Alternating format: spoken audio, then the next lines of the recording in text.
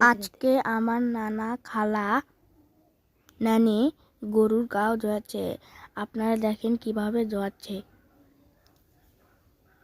আমাদের এখানে গরুকে গাছের সাথে বেঁধে গাও ধোয়ানো হয়। আমার নানার অনেকগুলো গরু আছে, সেগুলোকে গাও ধোয়াচ্ছে। আপনারা সবাই দেখুন। দিন পর পর নানা গরুর গাও ধোয়ায়।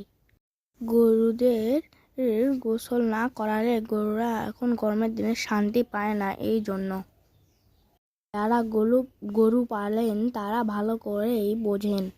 তো এই গরুর গাও ধোয়ানো প্রায় শেষ পর্যায়ে। এখন গরুকে নিয়ে যাওয়া হবে। আপনারা দেখতে থাকুন কি কি হয়।